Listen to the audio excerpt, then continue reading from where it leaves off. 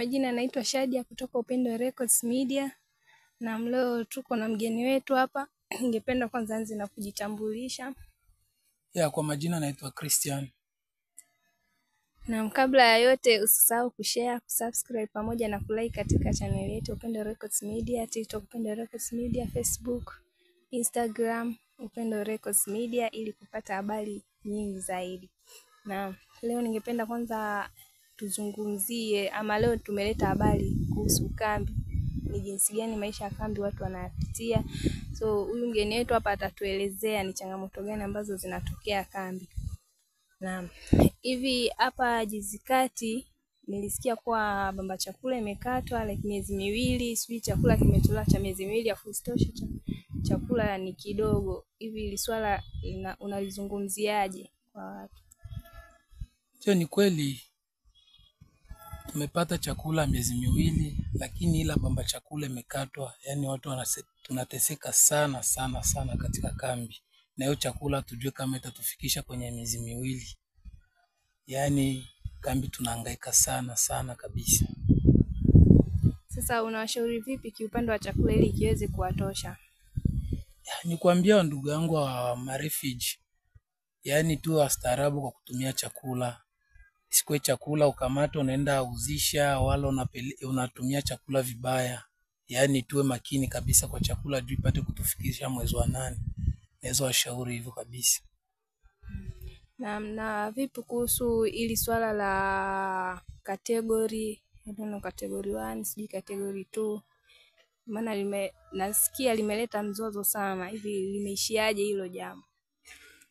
Kweli hiyo vitu makategori 1 walipatia watu, ilileta challenge mingi sana katika kambi.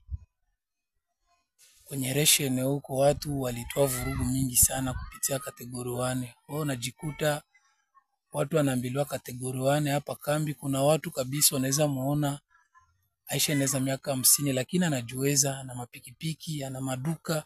Unajipata wewe mtu ngana miaka 20, 25, 30, unajikuta una kazi au una kitu fulani, unajikuta wewe hawakupatia kategori 1. Na ileta challenge kubwa sana Kakuma. Yani kweli. Na vipi kuhusu elimu ya vijana, yani elimu ya hapa kambi, maana inaonekana ni tofauti na elimu ya sehemu zingine. Hivi unalichukuliaje ili, ama unawashauri vipi vijana kwenye hili swala la elimu? Ni kweli hapa naweza ambia wa vijana wenzangu, ni kweli tu focus sana kwenye elimu. Jua elimu ni maana sana. Elimu ni kitu bora sana. Unaweza kuwa unasomea mechanic hapa Kakuma kuna elimu mingi sana, mechanic, English, na hiyo kitu inaweza kusaidia sana. Juu maisha ishi hapa kambi, kesho tuko hapa kambi, kesho tunaweza rudishwa nyumbani. Na hiyo kitu kwenye unaenda inaweza kusaidia sana. Naweza waomba vijana wenzangu tufocus sana kwenye elimu, tusidharau. Ni kweli. Sasa vipi kuhusu na hili swala la process? I don't know process, sijui nasikia kuna watu walienda kama hivi Nairobi. Sijui hata kuna wengine walienda sijui wapi wakarudishwa. Inakuaje? Na wakati nasikia hapa kambi watu wanapata mengi kuhusu process.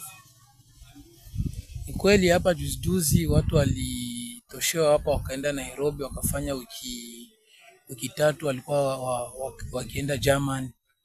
Walifaa wiki 3 wakarudishwa tena. Na hiyo kabisa watu walikuwa haribu vitu, wamepana manyumba. Yani hawakuwa tena wabamba chakula, kila kitu walikuwa washaachia mandugu. Tena wakafanya wiki 3 huko tena wanarudishwa hapa. Ndio tunajiuliza watu wataishi aje sasa hapa, na walikuwa haribu kila kitu hapa Kakuma.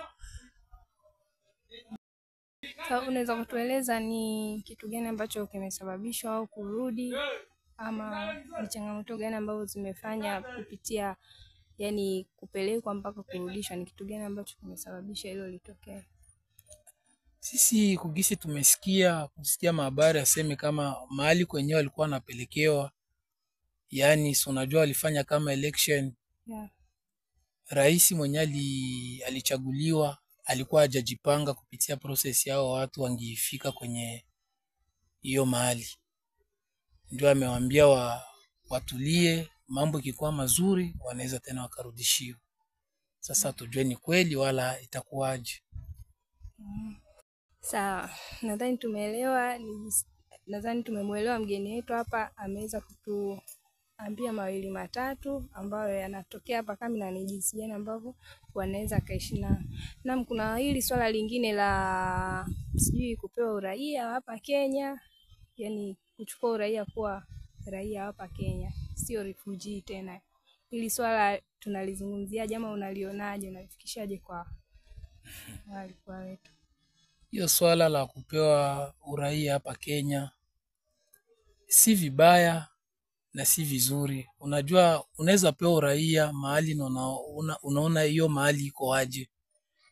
Hii mahali kwanza tu kwako na mateso mingi sana. Maji hiyo kama UNHCR wala serikali kwa sasa hivi mwa kambi, maji nasumbua watu sana. Kweli tukisema tukipewa uraia na UNHCR ijiondoe, kweli tutaishi hapa kweli? Hakuna maji, hakuna moto. Hiyo kitu kabisa inaweza leta jam sana mwa kambi na watu hawezi kubaliana na hiyo kitu. Yeah, ni kweli. Na hili swala la kustopishwa kwa misaada like dawa, sijui maana hata chakula chenyewe nasikia kimetolewa miezi mingi kutokana na msaada umepungua sana. Vipi kuhusu hii swala la dawa kuzuiliwa hospitalini? Yani limekuwa ni gumzo sana hapa mtaani. Hivi mtoto akiumwa, tuseme inabidi tuwashauri watu sasa, mtoto akiumwa ni njia gani ambazo mnatumia ili kupata msaada wa haraka? Yani hapa hiyo mambo kwanza, hospitali ni shida sana. Yani mtu ukitoka hapa unaenda kwa hospitali unakuta mtoto anaumwa malaria, dawa yenyewe unapewa aje wewe mwenyewe unajikamata hata kwa kichwa, mtoto mbona ataniache? Nakwambia challenge inakuwa mingi kwa kila kitu kakuma. Yani ni kuomba tu msaada tu makao makuu waangalie gisi watatusaidia.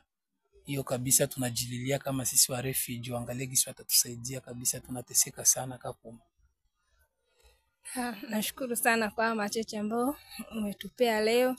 Nadhani tumeelewa na tumelisikia vizuri mgeni wetu ambao ameizungumzia hapa hili swala, na tumeelewa ni jinsi gani ya kutatua changamoto ambazo amezizungumzia hapa na jinsi gani ambavyo tunaweza kuishi kwenye hii kambi. Na ningependa kuhusia kwamba tushare, tusubscribe na kulike ili kupata ujumbe mpya, maana leo tumezungumzia changamoto chache kwenye hii kambi, ingalikuwa ziko nyingi sana. So naomba ushirikiano wenu, usisahau kucomment ili tuweze kuzitatua shida ambazo zinatokea hapa kambi, tuweze kuzijadili na ni jinsi gani ambavyo tunaweza kuhandle. Na usisahau kushare, kusubscribe pamoja na kulike YouTube Upendo Records Media, Instagram Upendo Records Media, TikTok Upendo Records Media and Facebook Upendo Records Media. Tukutane tena katika kipindi kijacho panapo majaliwa.